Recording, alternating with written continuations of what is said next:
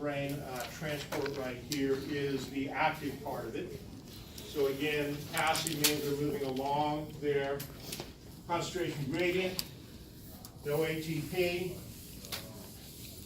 The kinetic energy, again, derives them from high concentration to low.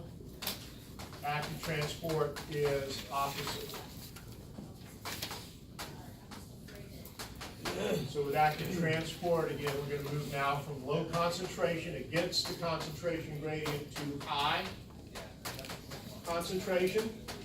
Again, it's going to require cell energy, require ATP. Sodium potassium pump, like I was mentioning at the very beginning, is our example of an active transport. Okay? And so it's going to move 3 sodium out of the cell against its gradient, and then it's going to move 2 of the potassium into the cell against its gradient.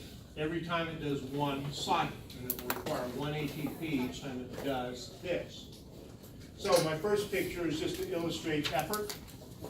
So again, in order to push the ball up the hill, that's against the gradient. What do you know? You got to use energy, right? Muscle energy, which means that you're going to be using ATP. Again, with passive transport, high to low, whether it's through the membrane or through the proteins. Again, it's just the movement of the molecules helping it to move. But active transport, opposite. So with active transport, we're moving these 2 squares up here, low concentration, this direction, high concentration, okay, against the gradient. And again, it's going to use ATP. Here's the idea here. So we have, first of all, again, the concentration high on the outside, low on the inside, but we're going to move them that direction, out. Okay? So you can see that that particular example fits 2 of the little squares. And so when the 2 squares fall into the little slots, here's ATP, puts a phosphate on that protein. That energizes the protein. And when that happens, this thing flips to now be exposed to the outside. These 2 deals drift off into the outside. And when that happens, the phosphate comes off, and now the thing flips back this direction. Okay? Cycles. One side to the other side, and then back to the other side. And again, requires ATP. Here's the sodium potassium pump. So showing that the protein itself will hold 3 sodiums at one time. So they all get in there. Here is the ATP putting the phosphate on the protein to energize it. And when that happens, the thing flips now to face outside. The 3 sodiums come out on this side, but before it comes back the other direction, 2 potassiums fit right there. And when the 2 potassiums fit, then the phosphate comes off, and then that flips it back this direction. Now the 2 potassiums are out, and now we're back to where we started. So it's moving sodium out of the cell against its gradient, again 3 at one time, and then it picks up 2 potassiums outside, moves it back into the cell against their gradient, 2 at one time. And it takes 1 ATP in order to do the complete cycle. So every time you move 3 sodiums and move 2 potassiums, it requires 1 ATP molecule. Most of the ATP, well I shouldn't say that, a third of the ATP you generate in your body goes to work this pump right here. Because it's always actively trying, of course, to keep the sodium and the potassium balanced at their proper levels on either side of the membrane. All right, now, everybody see that okay?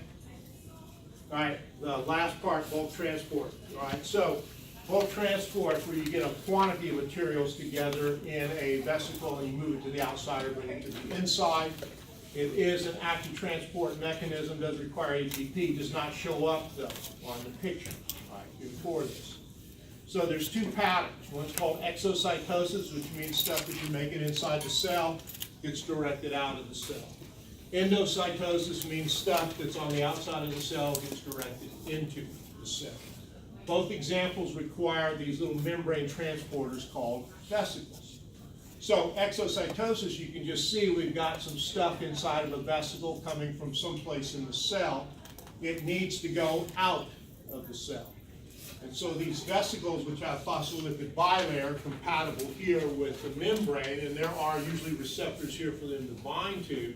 You see this kind of comes up and connects, and then essentially connects to the membrane, and as it kind of unfolds, it ejects the stuff to the outside. Exocytosis. So like, sometimes it's a waste material, sometimes it's some kind of a secretion, right, whatever. But it has to go to the outside, but it's made on the inside. Endocytosis, we're doing the opposite. Stuff's collecting on the membrane here on the outside, and then the membrane is kind of enfolding to collect it, and then it kind of pinches away, and then it takes that quantity of material to the inside of the cell, wherever it's going. Okay?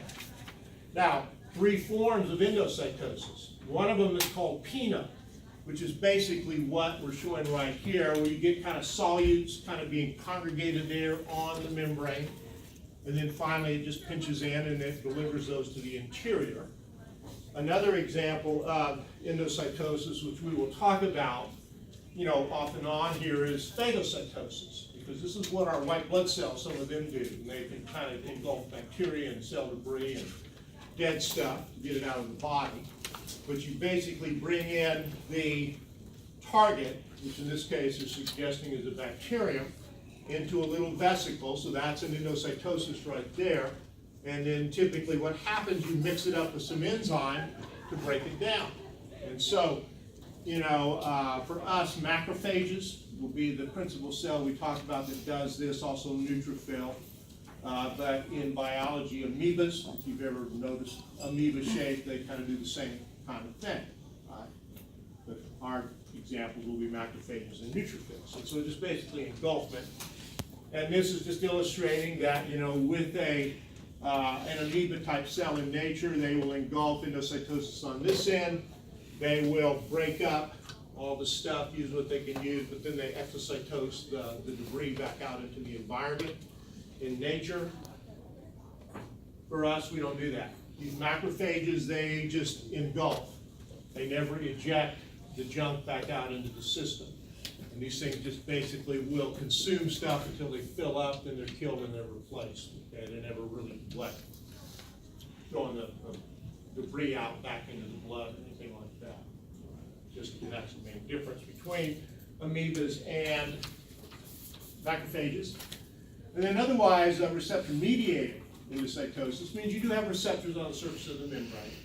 The case right here has to do with cholesterol. And so you can see as the little cholesterol molecules look like little ice cream cones up here, come up and they begin to combine with their receptors, that the receptors actually kind of converge into a group. And that's another example of that fluidity business where things can kind of move within the plane of the membrane. And as they converge into the group, then the membrane starts to pinch in, and then pretty soon we've got our little vesicle with the receptors, but the cholesterol here as well. And then what happens is that the cholesterol will be removed, and then all these receptor deals will actually go back up into the membrane. There's a little picture showing that right there.